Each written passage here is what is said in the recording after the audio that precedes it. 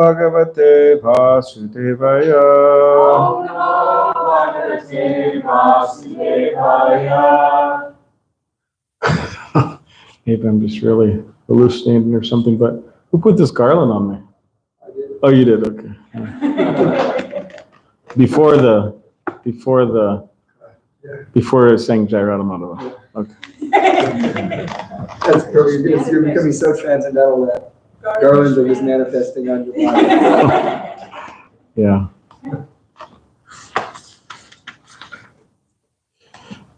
I'm just like forgetting you put it in. I'm just forgetting you putting it on me. I don't know. It's interesting. I don't think I've ever had that experience before. So Srimad Bhagavatam, 4th canto, the creation of the 4th order, chapter 29, talks between Narada and King Prachanibarhi, in text 38. So if everybody could please repeat after me. Sochira Devarajarshe Syara Chuta Katashayaha Shanvata Sharadanasya Nityadasyad Adi Yataha Sachirat Evarajarshe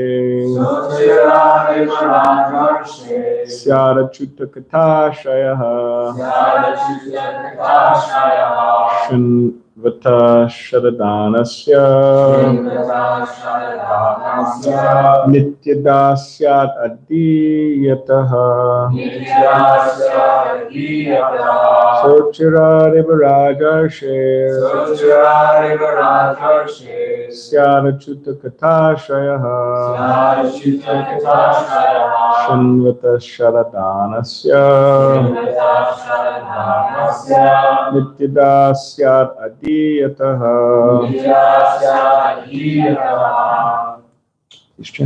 Sochira Devarajarshe Syara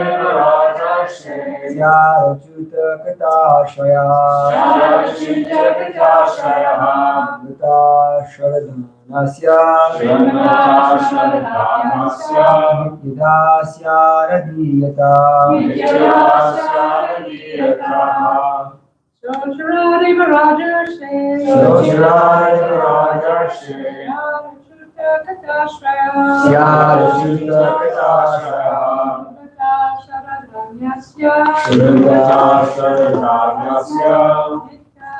Nityadasya Radiyata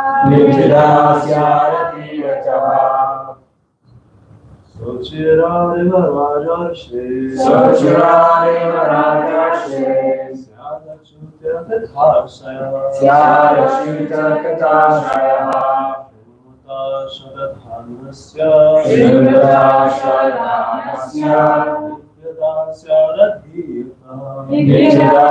Nityadasya Radiyata Sochira Devarajarshe Syara Chuta Katashaya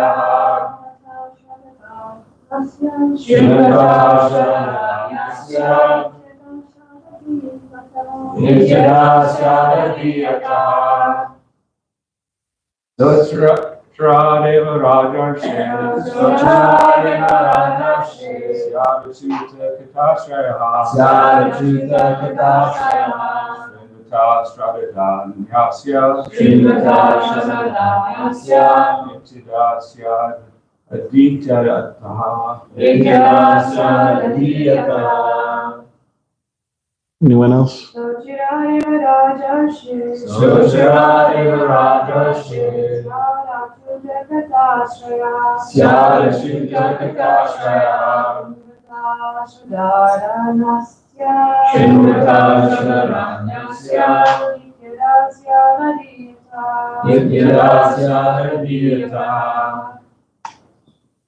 Anyone else like to chant? I think the class usually go to Usually at 7:50, ask for questions. 8:50. I'm sorry, 8:50, 8:45. Okay.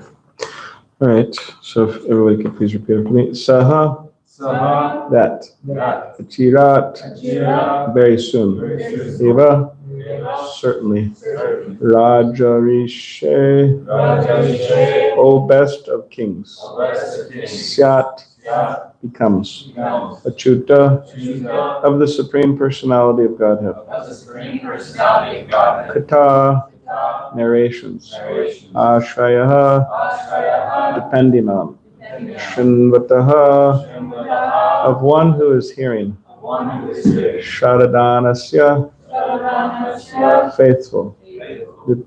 Yada. Yada. Always. Always. Syat. Syat. Becomes. Adiyataha. Adiyataha. By cultivation. Cultivation. Translation. O best of kings, one who is faithful, who is always hearing the glories of the Supreme Personality of Godhead, who is always engaged in the culture of Krishna consciousness and in hearing of the Lord's activities, very soon becomes eligible to see the Supreme Personality of Godhead face to face. Purport. Constant engagement in the transcendental loving service of Vasudeva means constantly hearing the glories of the Lord. The principles of Bhakti Yoga, Shravanam, Kirtanam, Vishnu, Smaranam, Padasevanam, Archanam, Vandanam, Dasyam, Sakyam, Atmanivedanam, are the only means by which perfection can be obtained and be attained. Simply by hearing of the glories of the Lord, one is elevated to the transcendental position. Om Ganativarandasya Kananjana Shvakaya Chakshudamritam Mena Tasma Shugurave Namaha Mukam Karitavachalam Pavinamritagirim Yak Kripatamaham Bande Shigrim Viditaranama Chakapurubhishcha Kripa Sindhu Evacha Patitanam Pavinibhyo Vaishnavibhyo Namaha Jai Shri Krishna Chaitanya Prabhu Nityananda Shri Advaita Gadadhar Shivasadi Gaura Bhaktivinoda Hare Krishna Krishna Krishna Hare Hare Hare Rama Rama Rama Hare Hare. Let us read the translation once more. O best of kings, one who is faithful, who is always hearing the glories of the Supreme Personality of Godhead, who is always engaged in the culture of Krishna consciousness and in hearing of the Lord's activities, very soon becomes eligible to see the Supreme Personality of Godhead face to face. Sounds like you want to repeat. Is it? We could repeat. Okay, if everybody repeat after me. O best of kings, O best of kings. one who is faithful, One who is faithful. who is always hearing the glories of the Supreme Personality of Godhead, Who is always hearing the glories of the Supreme Personality of Godhead. who is always engaged in the culture of Krishna consciousness Who is always engaged in the culture of Krishna consciousness. and in hearing of the Lord's activities, And in hearing of the Lord's activities. very soon becomes eligible Very soon becomes eligible to see the Supreme Personality of Godhead face to face. to see the Supreme Personality of Godhead face to face. Hare Krishna. So earlier in the Srimad Bhagavatam, in the first canto, it explained how Srila Vyasadeva had darshan of Krishna, and actually darshan of everything. Krishna and his energies, God and his energies. And seeing the living entities, he also saw their suffering. But in being a compassionate, most compassionate person, he saw the solution to their suffering. This was mentioned in yesterday's purport, verse 176 from the Bhagavad. Anarto pashanam sakshat bhakti yogamadokshajay lokasya janato vidvang chakre sattva ta samhitam. So what happened then? So it's explained in the earlier Bhagavatam, the first canto. The material miseries of the living entity, which are superfluous to him, can be directly mitigated by the linking process of devotional service. But the mass of people do not know this. So who could say what superfluous means? Okay. Extraneous or just more than is necessary. Okay. Extraneous or more than necessary. So when we talk about the superfluous suffering of the living entities, what does it mean? Unnecessary. unnecessary suffering. Okay. But that could be mitigated by devotional service. But the mass of people do not know this, and therefore the learned Vyasadeva compiled this Vedic literature, which is in relation to the Supreme Absolute Truth. So they don't know, they know they're suffering, but they don't know how to end that suffering. And therefore, this Vedic literature was compiled. And the solution of the suffering is to, again, engage in devotional service. And what is the result of engaging in devotional service? That was also quoted yesterday. Yes. Vasudeva, Bhagavat, yeah. Yes, can you give us the translation? Rendering service unto Bhagavan Vasudeva, rendering devotional service unto Bhagavan Vasudeva. One develops causeless detachment and knowledge from the world. Yes, by rendering service to Krishna, one automatically, the detachment and knowledge awaken within that person. So from bhakti comes knowledge, and from knowledge comes detachment. And the benefit of detachment is that we're not attached to things that, okay, they might give us some happiness, but ultimately give us a lot of pain. We're not attached to things that give us pain. For example, who here has had malpuras? Okay, 1, 2. You make them here? Yeah. Yeah, who makes them? Sandamani makes them. Okay, good. That's fortunate for all of you. Because not all temples make them. Now, what is a malpura? Chad, you never had? I don't. Maybe not. So. Can you describe to him what a malpura is? There's like two kinds. There's like the round kind, pancake kind. Okay. Almost like little fried, almost like donut. Yeah, like donuts. Yes. They're like donuts, but like donuts. And they are swimming in yogurt. Like strawberry yogurt or something with sugar, of course. Definitely haven't had that. It's a sweet preparation. Very good. Malpuras. How often does Sandamani make them? Festivals. Couple times a year. Yeah. So anybody who's had experience with those, they tend to like them, malpuras. We used to make them in San Diego when Anantadev was there. I'm not sure if you remember that, but we used to make them at the festivals also. We haven't made them so much these days. But anyways, anyone who has experience with those, they tend to like them. Right? Now, okay, just imagine, of course, Sandamani would never do this. She's an expert cook and she doesn't make these types of mistakes. But just imagine you call them a rookie. Rookie is like a beginner.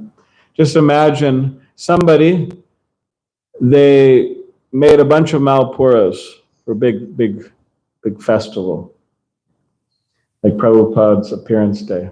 So all the devotees, they're all, they've all finished their prasadam, and they're just about to take the malpura with their spoon or with their hand or with their chopstick, depending on where they're from, right? They're just about to take the malpura. Now, then somebody comes running out of the kitchen. They say, stop. No, don't take that malpura. And you're like, hey, why not? What's the problem? And he goes, instead of putting sugar, we put citric acid. Anyone who's cooks knows that there's a big difference between citric acid and sugar. In other words, citric acid just ruins it. So then it's ruined. It's completely ruined. But this particular knowledge in this example, knowledge that it's citric acid and not sugar, that brings detachment. To know that there's not sugar but citric acid, that immediately you're detached. You say, okay, and you push it aside. No problem. You very easily give up your attachment to Malpura based on knowledge. So similarly, if we cultivate knowledge and Krishna consciousness, then we're able to very easily give up things that are unnecessary and bring unnecessary suffering. That's the idea.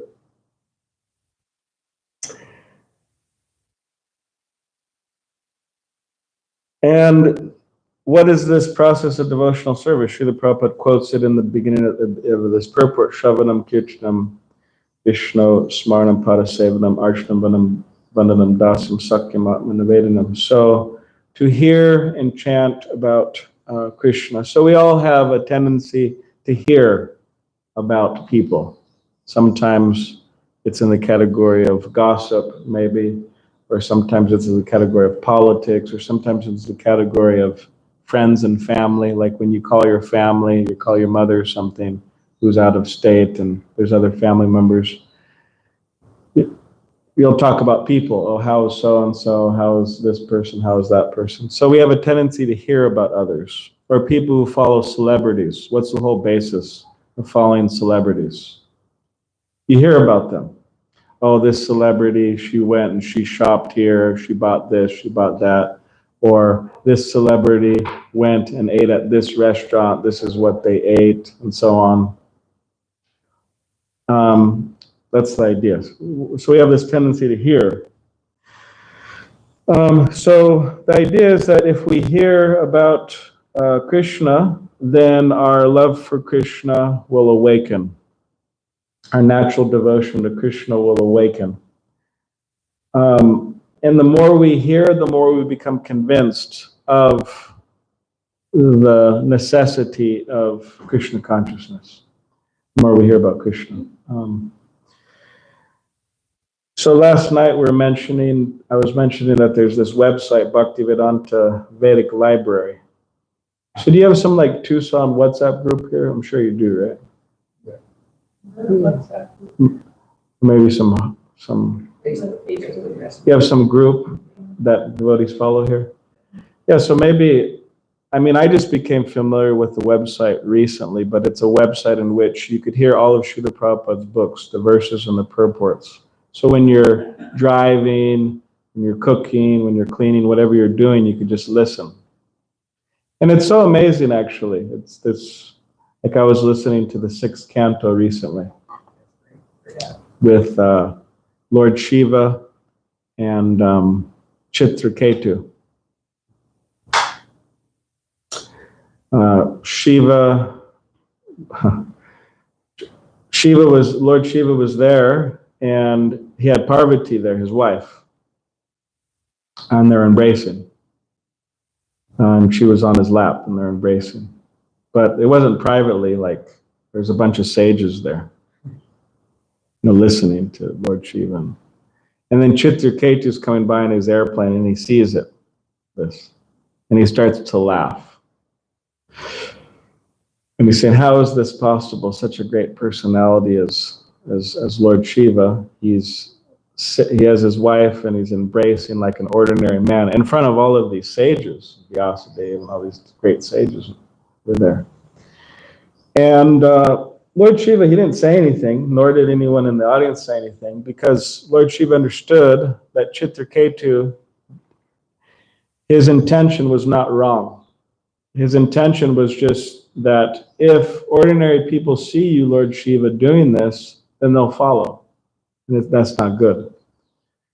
You have to set the proper example. So he was actually doing it because he had care and devotion for Shiva. Although Srila Prabhupada does write that there was a little pride there as well, thinking I'm better than Shiva. So it's like both going on. But then Parvati, she doesn't take it well. And she curses Chitraketu. And what is the curse? Does anyone remember? Become a demon in your life. Yes, the curse is you become a demon in your next life. So he was cursed to become a demon. And what happened then? Did he retaliate? And he said, yes, actually, I had good intentions, and please don't do this, and so on, so on, so on. Did he fight it? No, he didn't at all. He just accepted it. He addressed her as the Supreme Mother and said, I accept your curse. Although he could have counteracted it as well. And then there's that verse where it says that a devotee, Narayana Para Sarve, that a devotee, whether they're in heaven or whether they're in hell or wherever they are satisfied, and they're not fearful of going to any of these places as long as they can serve Krishna. So the example is of Chitraketu. Just imagine you're cursed to take birth as a demon. It's really intense curse. So anyways, I was listening to that, and there's so much information Srila Prabhupada gives in the purport about forgiveness, about, Vaishnava Aparad. It's just offending Vaishnavas and the result. There's so much to learn from there. So Kirtaneshwar will share that link with everybody later, that Bhaktivedanta Vedic library, if devotees want to listen. And as Srila Prabhupada writes in the next purport, the verse, the secret of success in the cultivation of Krishna consciousness is hearing from the right person. And this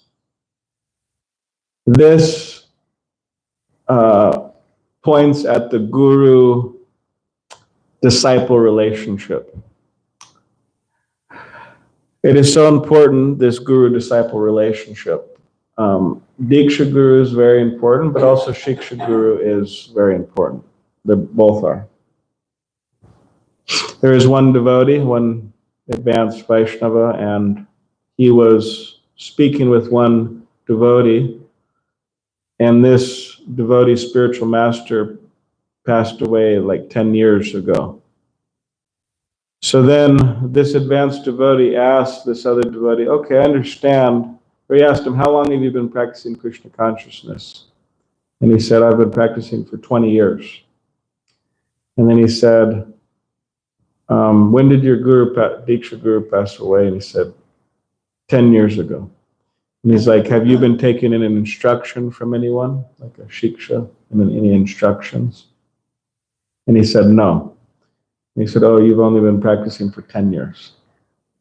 It's very interesting point. So this is very important, this guru-disciple relationship, Shiksha, Diksha, Guru. As well as Vaishnav service to Vaishnavas is very important. We see this in the Chaitanya Charitamrita, Lord Chaitanya Mahaprabhu's pastimes. There's a very instructive case. There's a great devotee by the name of Madhavendra Puri. Madhavendra Puri introduced the highest levels of Krishna consciousness to our Sampradaya, the understanding of Radha Krishna worship. So he was a great spiritual master. And he was completely devoid of any desire for what they call as name and fame. He would hide, he would run away if people would praise him. But it says that glorification follows the devotee.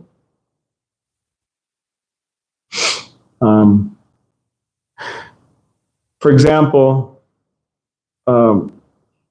he had a desire to taste this kheer that's offered to the deities, the Gopinath. But then he was thinking to himself, it's like I'm desiring to taste the kheer before it was offered. So he said, this is just completely unacceptable. So he just left. He was fasting because of this mentality. So then what happened was, that night the pujari had a dream. And in the dream, the pujari told told, Krishna in the dream told the Pujari that my great devotee Madhavendra Puri, he wanted to taste my offering of kheer. And he left before he tasted the offering. And now he's in the nearby town fasting. So I have taken a little pot of kheer and I've hidden it behind the altar earlier today. And I want you now to wake up, bathe, and go get that pot of kheer. And I want you to go find Madhavendra Puri. So the Pujari woke up and he bathed and he went to the altar and he saw the pot of kheer behind the altar. So he got the pot of kheer and then he walked out and he was calling Madhavendra Puri, Madhavendra Puri. And then he gave him the pot of kheer, little pot of kheer, condensed milk. So Madhavendra, and he explained what happened. And Madhavendra Puri, he honored this kheer with great devotion. And it said that even when the kheer was gone, he would take the little pieces of the pot and he would honor that. So, but he was thinking, now that this has happened to me, the word is going to spread. And people are going to come up to me and say, you're such a great devotee and all of these things. So immediately he left the town and he went to the next town. But then the fame followed him, so he couldn't get away. But he was devoid of that. He didn't want that name and fame, which is important. One should not want that. So nearing his disappearance, or his leaving his body, his passing away, he was on his bed, his disappearance bed, there, very sick and so on. And he was lamenting. There's a verse, Ai dina dayadranata he maturanata kadavalokise hridayam twadaloka kataram daiti brahmati kim karotyaham. Which means, oh my Lord, O most merciful Master, when shall I see you again? So he was on his disappearance bed, getting ready to pass away, and he was thinking, when will I see you again? He's saying, my heart has become unsteady. What shall I do now? So he was lamenting in this way. Where is Krishna, in other words? And then he had two disciples there, Ramchandra Puri and Ishvara Puri. So Ramchandra Puri, he went to his guru and he said, Gurudev, why are you lamenting? In the Bhagavad Gita, Krishna says that we should not lament. He says, Brahmabhuta prasanatma na shochati na kankshati. One who is self-realized, they do not lament. So why are you lamenting? Now, just focus on Brahman, just focus on the impersonal aspect of Krishna. And at that particular point, Madhavendra Puri, he was very angry, say transcendentally angry. And he said to him, get out, you sinful rascal. Get out, you sinful rascal. He said, if I die seeing your face, I'm not sure where I'll go. So in this way, he was denounced by his guru, rejected, practically. And then it said he became a criticizer, offender of all Vaishnavas. Material desires entered his heart and became an offender. But then on the other hand, you have Ishvara Puri, the other disciple, who was there also by his disappearance bed, getting close to leaving his body. So, and what was Ishvara Puri doing? He was very humbly serving his guru, cleaning up and helping him remember Krishna by reciting pastimes of Krishna and so on. And in this way, he was blessed by Madhavendra Puri, and he became a great devotee. It says he's like an ocean of love of God. And he became so advanced that he was the disciple, or that he was the guru of Chaitanya Mahaprabhu. So these two examples are there to teach the world the benefit of serving devotees and the curse of offending the devotees. Those two examples are there. So Ramchandra Puri, he continues to Puri, Jagannath Puri, where Chaitanya Mahaprabhu and his associates were. And again, he was a big criticizer. So he would criticize the Vaishnavas. He would invite them for prasadam, lunch, and then he would feed them. There's a saying, feed them up to the neck. It means like, you're full of prasadam all the way up to the neck. But he would feed them past the neck, it's like all the way up here. He would so he would feed them rice, dal, sabjis, all types of sweets, all types of different things. And then after the devotees were really full, he would criticize them. And he would say, just see, I have heard that the followers of Chaitanya Mahaprabhu eat too much, and now I've seen it with my own eyes. But it was him who was doing it. Like imagine if I invited Kirtaneshwar for lunch, and I cooked a big feast with all his favorite things, like Rice dal and sabji. rice dal and sabji, very simple brahmachari. And malpuras. And now they're my favorite sweet. Gulab jamans, no? Malpuras. Okay, So I fed him the best of rice, the best of sabji, the best of dal, and malpuras. Pizza also. And pizza, okay. And pizza, yes. Cannibalized burritos. Cannibalized burritos, quesadillas. Okay, now we're getting creative. So imagine I just feed him all of that, right? I feed him.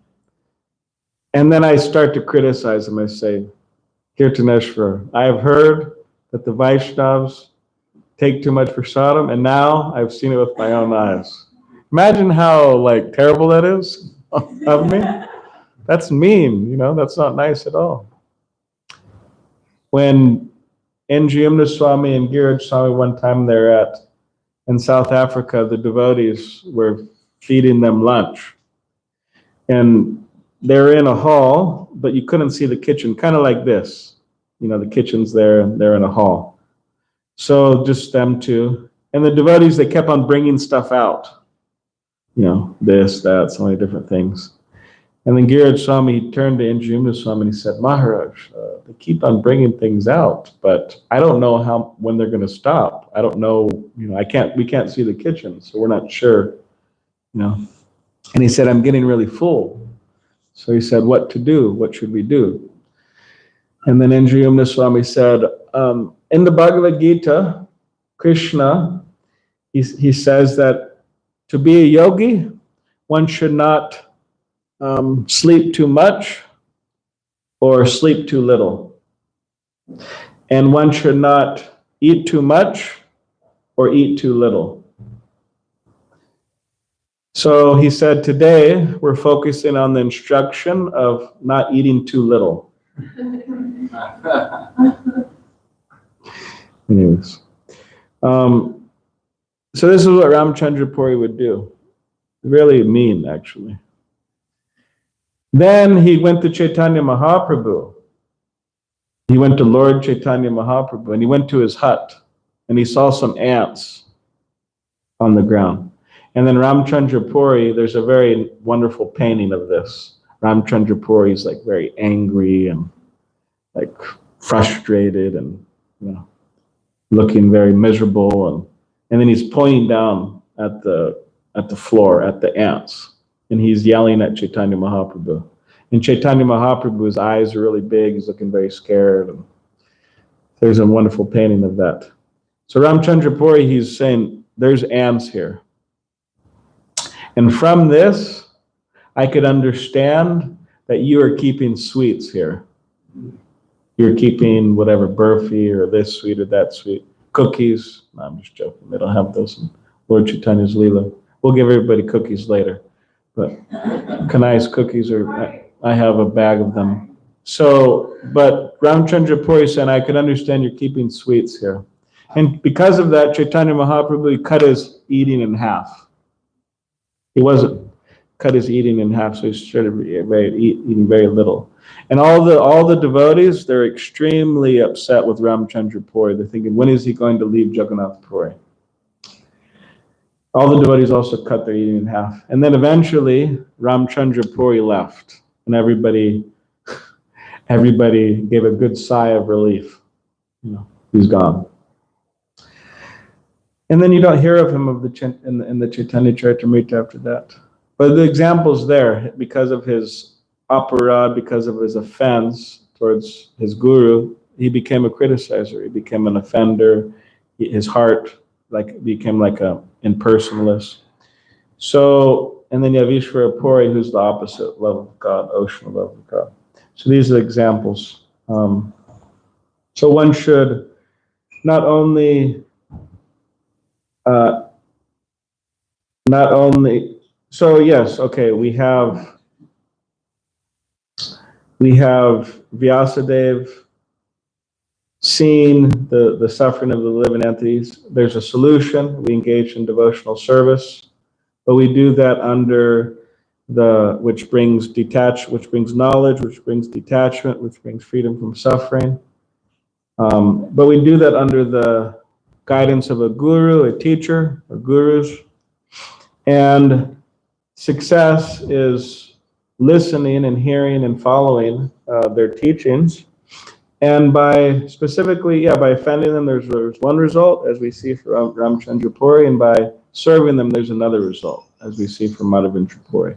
So they're vastly different. So we want to go the positive route. So, okay, does anybody have any question? Or? Yes. Sometimes we feel like there's a devotee or some person that's in a sangha for some short time or appears, and they're very critical and they're causing, distress to the devotees, and then they leave, and we feel like, oh, thank you, Krishna.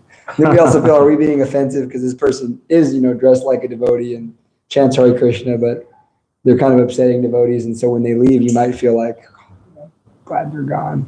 Is that good, you're saying? Yeah, because then I feel like I'm being offensive. But. Well, it's interesting. It's an interesting question. So the question is, sometimes we see devotees, they're around, and then they can be causing a lot of havoc in the community. So then they leave, and there'll be like a big sigh of relief.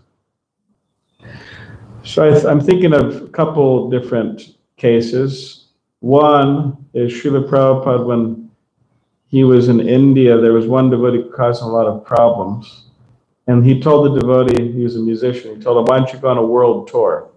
And then he left.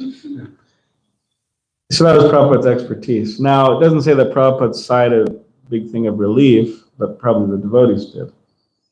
There could be a general relief because we're humans and we have emotions, but I don't think it should be envious or like mean-spirited. General, it's okay. There's also a case where Srila Prabhupada was approached by one of his disciples, and the disciple was very morose and very miserable looking, and then Srila Prabhupada, he went up to Srila Prabhupada and he said, I'm leaving. And Srila Prabhupada said, good, because I'm tired of seeing your morose face. Now, you could say, oh, well, why would Prabhupada say that? But Prabhupada, he was just reciprocating with him. That was the reciprocation.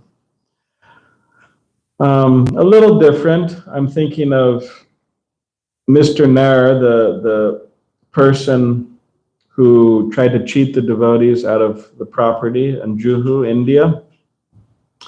One devotee, Veerabahu Prabhu, he made the comment that when devotees sometimes call people demons and so on, he said he doesn't like it. He has like a tendency not to like that. But then when he heard about Mr. Nair, one time he said, oh yeah, that's a demon. So Mr. Nair is a very mean-spirited person, harassing the devotees, threatening the devotees. Actually, at one particular point, nearing the end of the Juhu fight for the property, Srila Prabhupada had a conversation with him, and the devotees were outside listening. And Srila Prabhupada, for the most part, they had a kind of relationship with they're respectful and just, they weren't shouting at each other and everything. But at this meeting, they started shouting at each other, Srila Prabhupada and Mr. Nair. And then at one point, Mr. Nair, he was shouting at Srila Prabhupada because Prabhupada said, I've invited Krishna there, Radha Rasa Bihari, the deities there in Juhu. Sometimes devotees say that the devotees in starting a temple, they perform austerities generally, but Radha Rasa Bihari, in this case, they were performing austerities because they were living in this little hut, the deities, thatched hut. But Srila Prabhupada was saying, I have invited Krishna there. How can I ask him to leave now? And they were shouting this. And then Mr. Nair said, Krishna? He said, I'll break your Krishna. That's what he said. So then after that, shortly after that,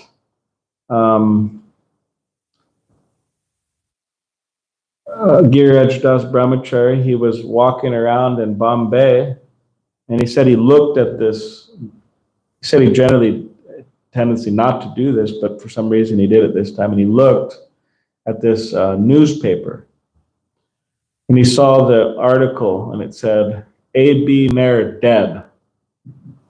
So he was the first one to know that he died. This was shortly after he said this, I'll break your Krishna. So he looked, and then he said within himself, he felt relief. And he felt like happy. And he was thinking, is this right? Like, should I be feeling happy about this? The person died, and is this right? So then he went to the temple, and he told the devotees. And all the devotees were very happy. They're all going around and kind of happy. And then he was still thinking, is this right? Like, so then eventually the news gets back to Srila Prabhupada. And I think he was in Australia at the time. He was getting a massage, and then Prabhupada heard the news. And then Prabhupada, he folded his hands, and he said, I was praying to Krishna that he would take care of this person.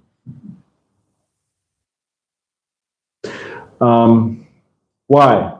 Because the person was harassing the devotees just like really bad, really badly. So the devotees, so Giriraj Das Brahmachari, he heard about this because he felt, relief. The devotees felt relief, and Srila Prabhupada also felt relief.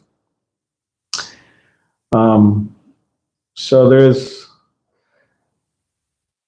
on the other case, you have the case of Bhaktisiddhanta Saraswati Thakur. There was one man who always used to criticize him. And then he passed away. And then the devotees, they felt some relief, his disciples. This person's gone, So then Bhaktisiddhanta Saraswati Thakur, he told the devotees, he said, he was very sad that he passed away. And then devotees were wondering, why are you so sad that he passed away? And he said, well, he was criticizing me, so he was my friend. Now, one of my best criticizers is gone.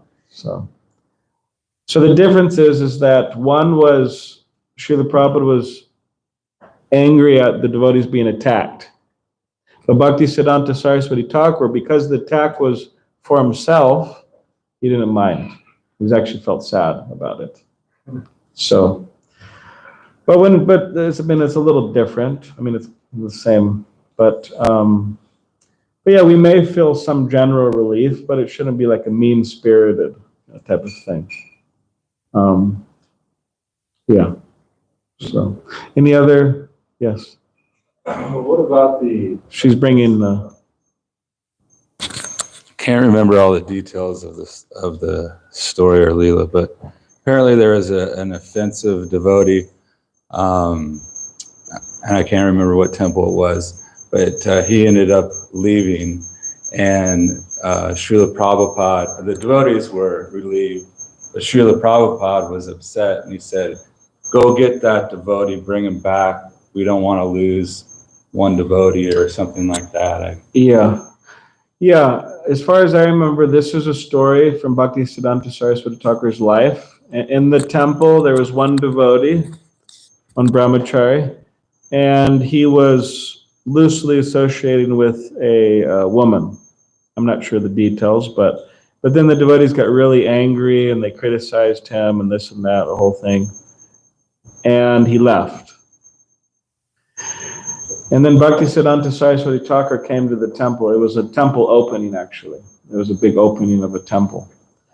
And then Bhaktisiddhanta Saraswati Thakur, this wasn't a prominent disciple, by the way. It was one Brahmachari disciple. It wasn't some big leading disciple. It was a Brahmachari disciple. And Bhaktisiddhanta Saraswati Thakur, he said, where is this devotee? And then the devotees explained what happened. And then Bhaktisiddhanta Saraswati Thakur, he said, we're not going to continue this ceremony. We're not going to open the temple until you find him. And then devotee said, well, we don't know where to look. And then Bhaktisiddhanta Saraswati Thakur said, well, you have to figure that out, where he is. And then somehow they had the idea that they decided to look in a place where, because he used to fix watches. So they decided, okay, maybe he's at this watch place fixing watches. So they went and they found him and they told him, their spiritual master is wanting you. And then he came back. So that was the story. Yeah. So it demonstrates his mercy, his kindness on his disciple, caring for him and not wanting to see him leave. Yeah. So, any other question, comment? Do you have something? I don't know, I just feel like this is very relevant. It's irrelevant? No, it's very relevant. Oh, I was okay. thinking back to, I was voicing some concerns about individuals who I felt like were very demoniac. But then you have this like conscience because you're trying to be a nice, you're trying to be acting like a Vaishnava. So you don't want to like, consider everyone who, quote unquote, insults or offends you to be just a demon. So, and then Uncle S, maybe you can tell this story. You said that there was a story of Prabhupada, was in battle over land or something, but this man was really demoniac and Prabhupada was praying to Nrsimhadev. And then he just died. Yeah. Okay. Great. Yeah. I mean, we have to be careful that we don't. I mean, it's an interesting thing because, yes, there are demons. There are demonic people. That's true. But when people are practicing Krishna consciousness and they're devotees and so on, we have to be careful. To not like jump to conclusions, say, oh yeah, this person's definitely a demon. Like I'm better than this person. Yeah, I'm better than this person, but even farther than that, this devotee, he thinks he's a devotee, but he's actually a demon. You have to be very careful about that. There's many people throughout history, devotees throughout history, who have had a lot of faults, but simultaneously having those faults, they've done a lot of good. And you have in the Bhagavad Gita, Krishna saying, Apichet Siddharachaya Bhajatam Ananyabhak, that even if one commits the most abominable activity, if they're fixed in devotional service, they're considered to be saintly. So be very careful. You have... Yeah. You say in the Durya Kadambini by Srila Vishwanath Chakravarti Thakur, there's a statement about, because he speaks about overcoming the offenses.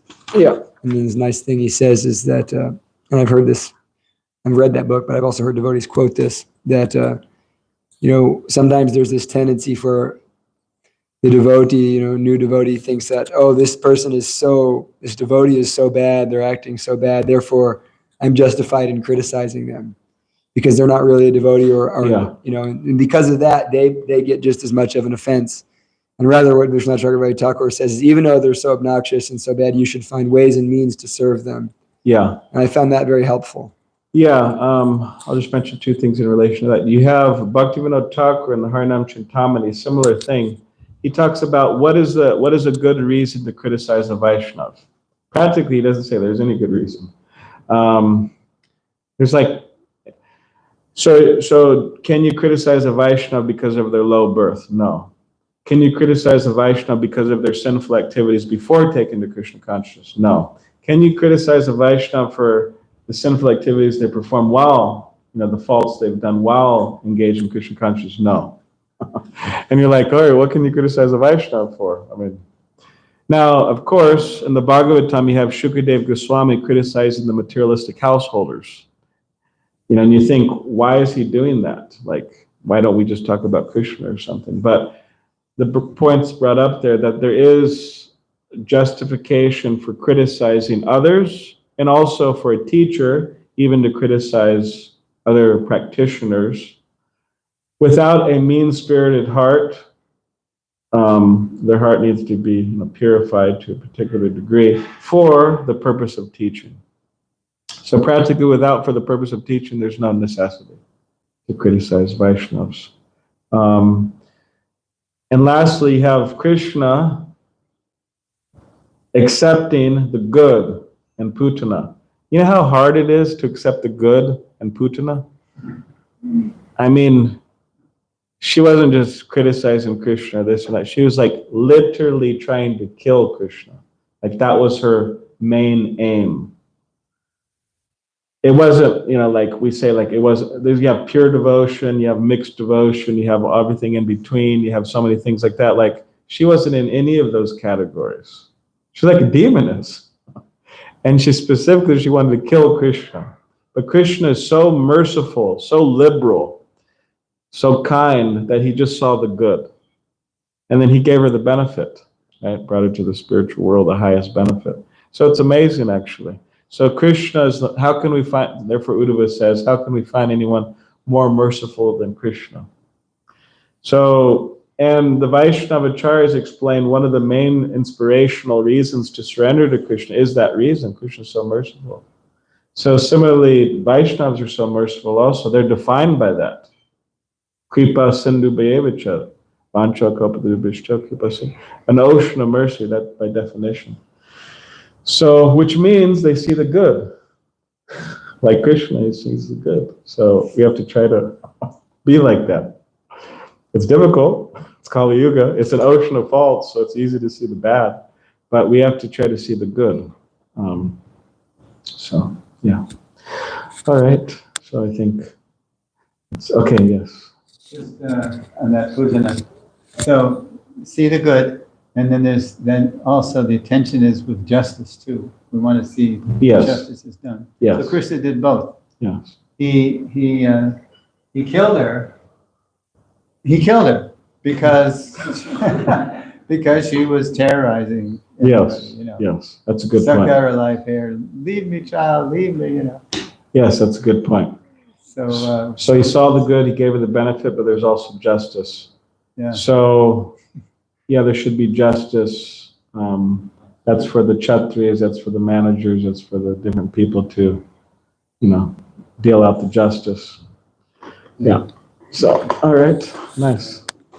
Granjot Srimad Bhagavatam ki jai, Srila Prabhupada ki jai.